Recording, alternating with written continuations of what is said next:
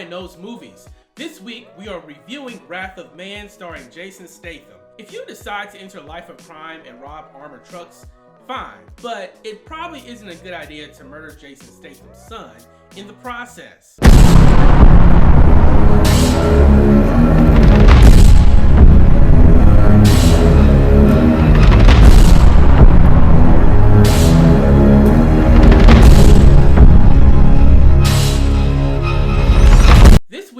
Reviewing Wrath of Man starring Jason Statham and written and directed by Guy Ritchie. Wrath of Man follows H, who begins working at an armored truck company that transfers millions of dollars around Los Angeles. Think of it like the Brinks money trucks you see driving around your city. Anyway, H is working with this company because he is secretly searching for a specific outfit that recently robbed one of these armored trucks. That robbery resulted in the murder of his only son, who was a bystander at the crime scene. H is as intense and as determined as they come, and he will not rest until he finds the killer and gets his revenge. So again, we have action star Jason Statham in the lead role of H. He is joined by an ensemble of mostly character actors you would recognize from roles in film and TV. It was good to see Josh Hartnett show up as Boy Sweat Dave, and I hope this leads to a few more parts for him.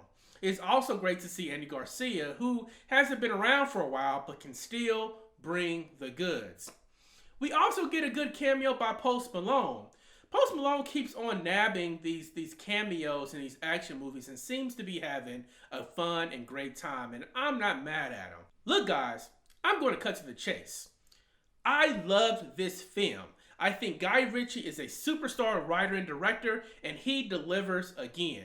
We get a lot of the Guy Ritchie-isms here, including an interwoven story arc told through multiple character perspectives.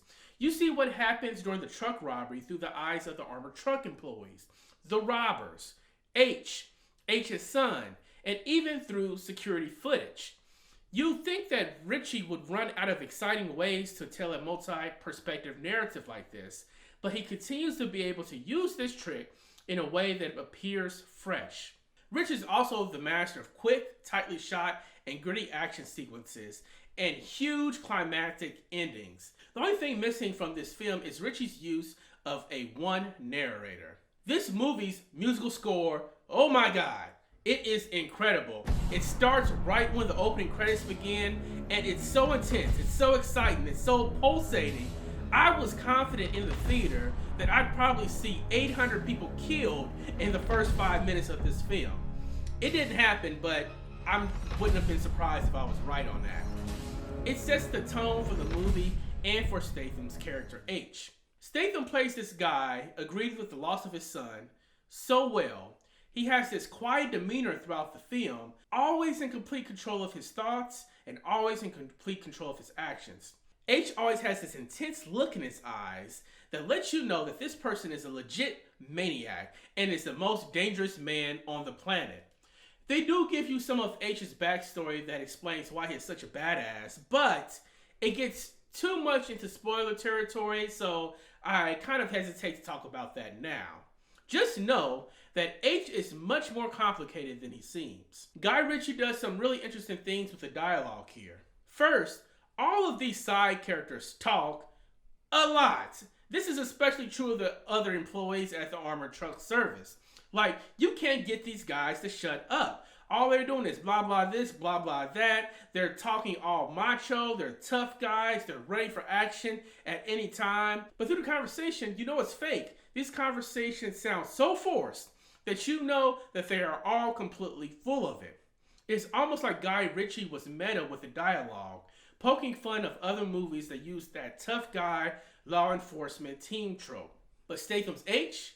Now that man is the real deal, and he knows it. He is so dismissive of all of it that it is almost laughable. He doesn't get annoyed too much by it, but instead moves through this world and through this movie like these people, for the most part, are the most insignificant things on the planet. They might as well have been ants or beetles to him. That's how much of his intention that they deserve. He is singularly focused on the goal of revenge. It's tough to explain how he plays this role. It's almost like he is in a Western.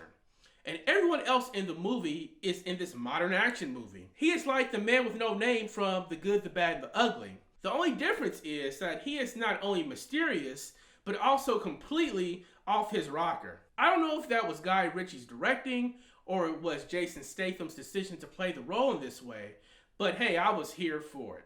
Anyway, what's my rating? See it, stream it, or skip it. Wrath of Man gets a see it from me.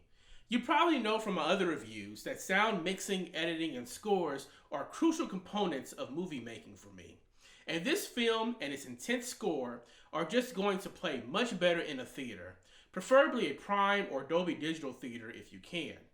Also, I can't think of a single complaint I have at the end of this movie. It's one of the best action movies that I've seen for quite some time. But hey, what do I know? I'm just a guy that loves movies. Do you plan to check out Wrath of Man? Let me know in the comments below. Also, I can't say Jason Statham is an underrated action star because his movies make a ton of money. But I just don't know if we talk about him enough. So, in the comments, let me know, where does Jason Statham rank amongst your modern action stars and why? I'll share where he ends up on my list at the end of the week. Please continue to check out more content from Bryon Knows Movies. Thank you, and I will see you at the theaters next week.